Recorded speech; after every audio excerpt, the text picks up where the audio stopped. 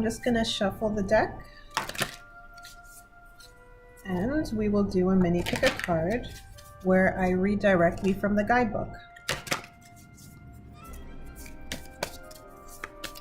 Okay, shuffle, shuffle, shuffle. This is for the collective.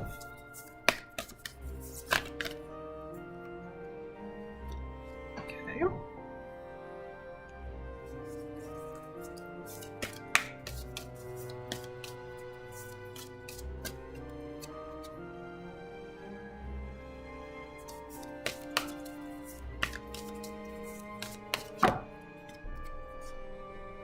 There you go. Those are your 3 cards to choose from.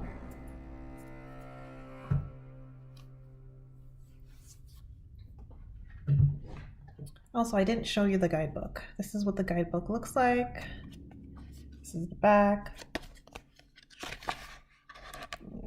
Okay, introduction. Oh, there's a table of contents. I read the introduction. She has companion cards in there, so that's what that is. She also puts companion tarot cards in the guidebook as well. And there are many spreads. There's the You Are the Magic spread, 3-card spread, Bathing in the River spread, Find Your Coven spread, the Forest spread, Book of Spells spread, As Above, So Below spread.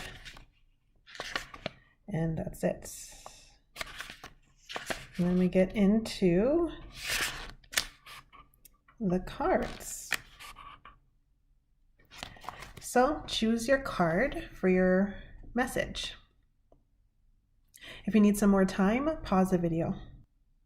Card 1, you got Moon Water Reset.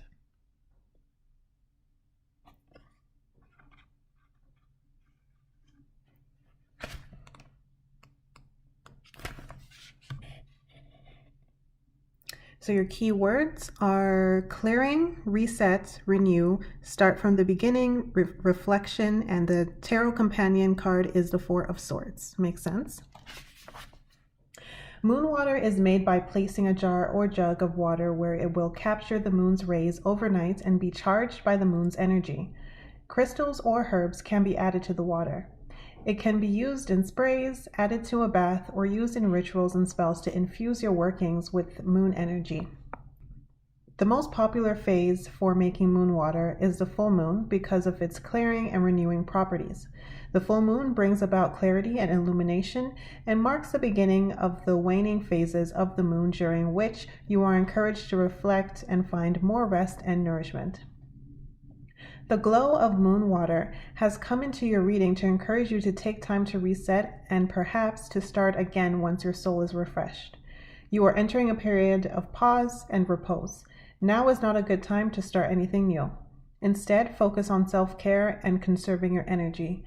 You will be grateful for this time later when you enter a new cycle of action and creativity that may not allow for much downtime. Remember that every period of action needs a complementary period of stillness. It is in the slowness that your needs are revealed and you can find clarity about your next steps. The more literal guidance of this card is to do some physical cleansing with the element of your choice. Smoke, fire, earth, or of course moon water are all excellent ways to clear stagnant energy and renew the spirit. Okay, pile 2. Seasons of the Witch, honoring cycles.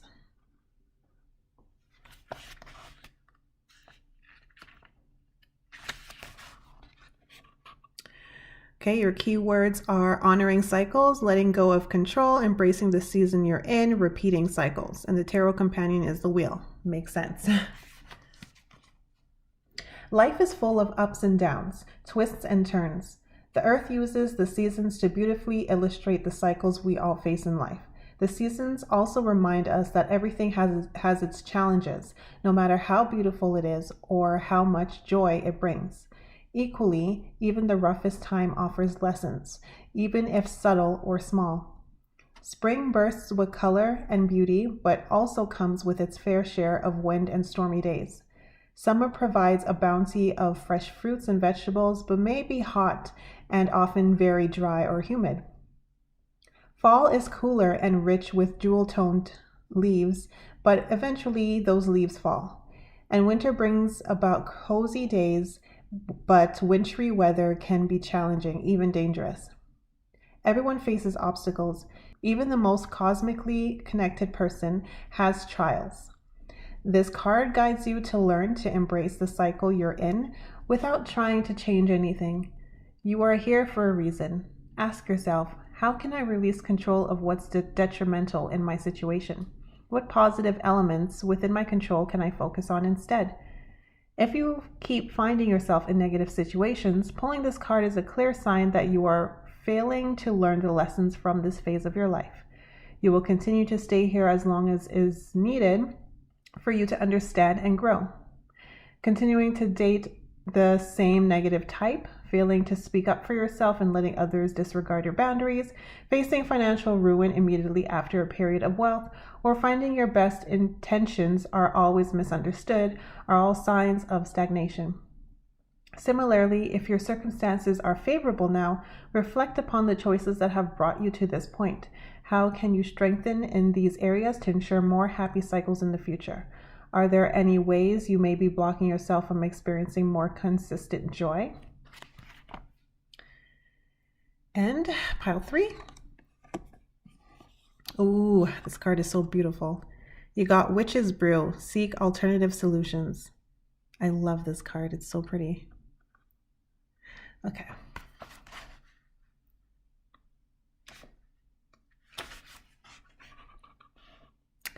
Okay, keywords are there's a remedy for your problem, seek alternative solutions, and the tarot companions are Fool and Death.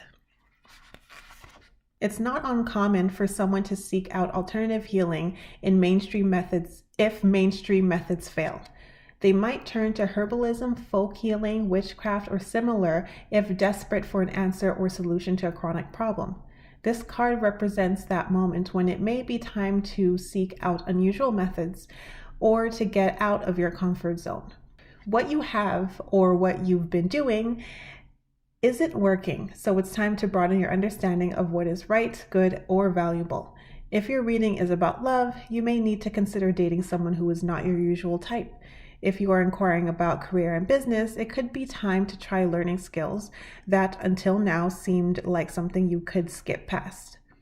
If your question is of a spiritual nature or about your life purpose, look to things that scare you the most.